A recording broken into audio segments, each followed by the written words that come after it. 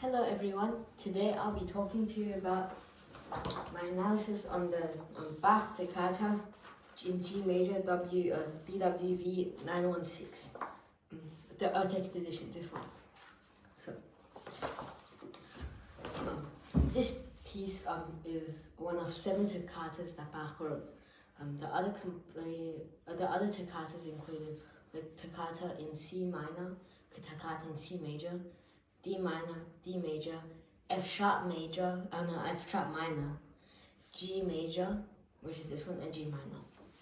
And this is the very last one, it's number 7. So, first let's talk about a bit about Johann Sebastian Bach.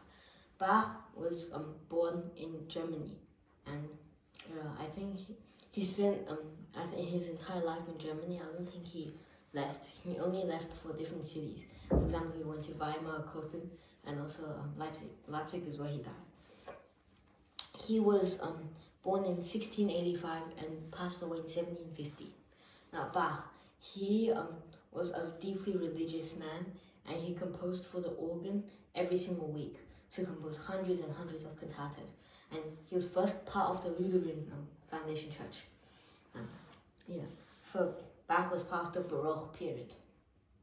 And interestingly, his death, 1750, marked the end of the Baroque period. So Bach, Baroque period is from the 1600s to 1750. And Baroque music often had counterpoint, polyphony, and imitation, which was the principal style of composing Baroque music at that time. And some forms and genres of them were suites or partitas, preludes and fugues, which Bach composed 48 of them, concerti grossi, which is small groups of harpsichord, and with small groups of orchestra, like little chamber orchestra.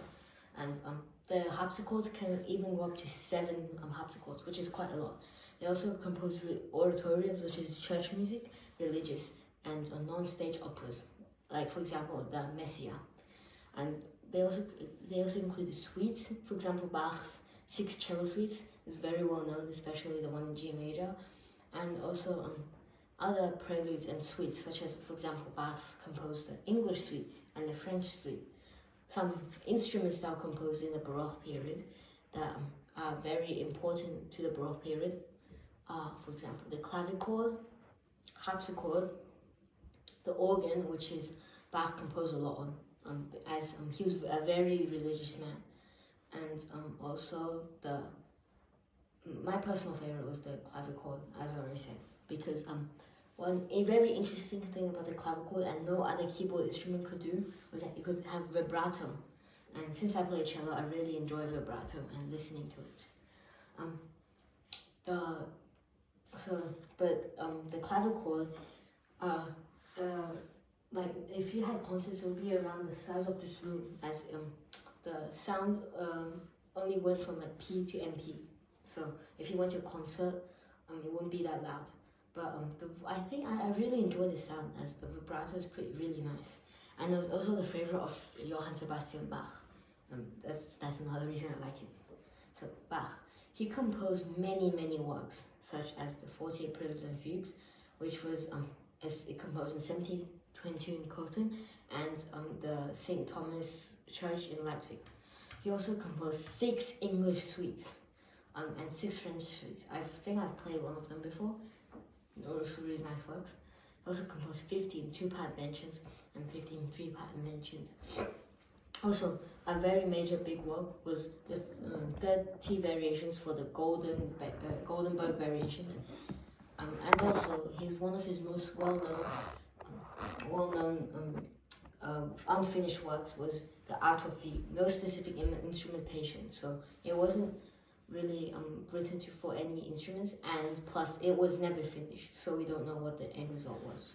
Some non-keyboard instruments that Bach wrote, for example, he wrote many cantatas. He also wrote the St. Matthew's Passion, St. John's Passion, and also Mass in B minor, which were his 3 biggest masses. Also, he composed 6 Brandenburg concertos and 6 cello suites, and also 3 violin partitas, which is very well known, and 3 violin sonatas. So he also has a well-tempered clavier, which I find really cool because he got the preludes and fugues, 48 different keys. Each one of them, he composed one of them. And interestingly, the octave is divided to 12 exquisite, is not divided into 12 equal notes. So some like F sharp and G flat were different notes back then. So yeah, and they needed to be tuned to different keys to play this. So if I play and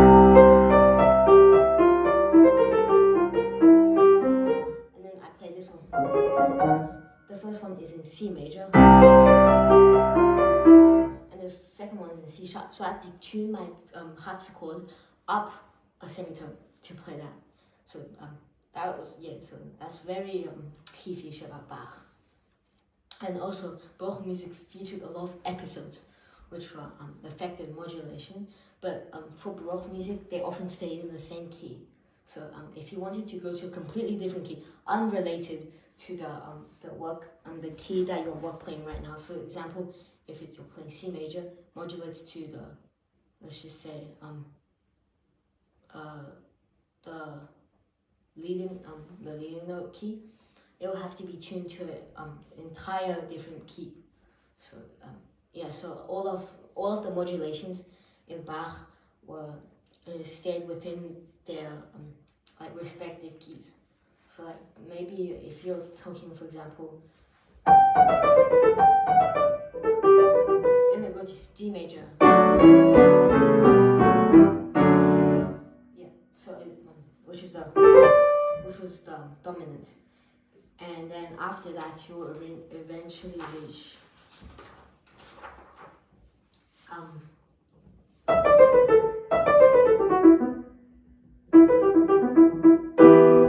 which is E minor, which is the relative minor key for G major. Then in the first movement,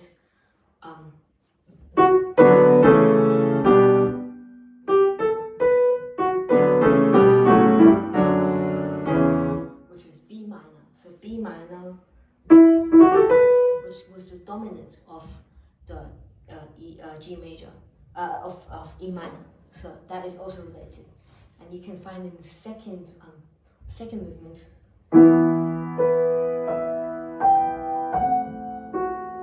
it's in E minor, which is the which is the relative minor key. And then fast forward to the last.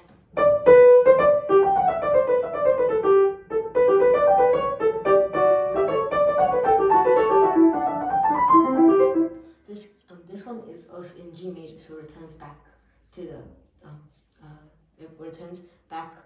the key for the piece. So Baroque music, but especially Bach, didn't modulate to any keys completely unrelated to it. So every single key that he composed was related to it. Now, Baroque music, but especially Bach, you can see there's a lot of imitation and a lot of chromatic, a lot of contrary motion. For example, you can find a lot of, I'll just randomly point to somewhere. In this one, you can find.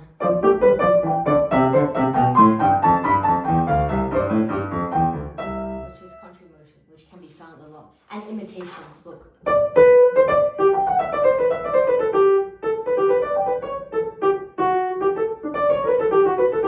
So it's copying that. And this melody can be found throughout the entire piece of the third movement. For example, you can find here.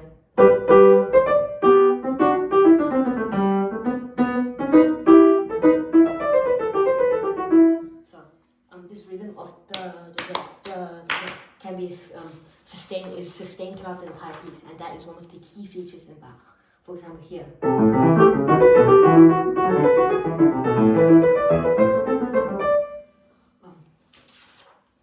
Also, I think the most underlying example is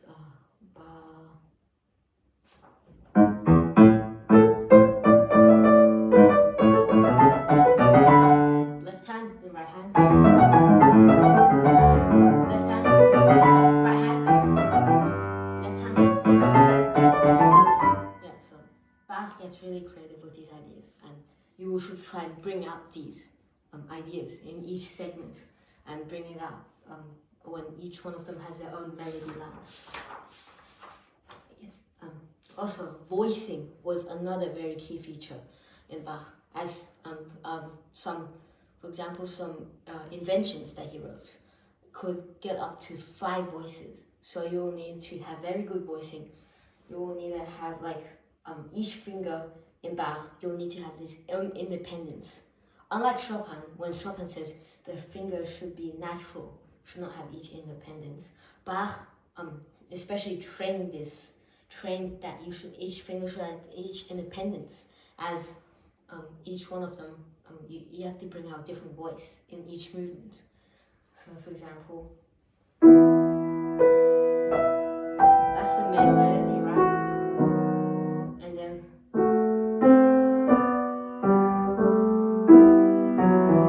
the left hand.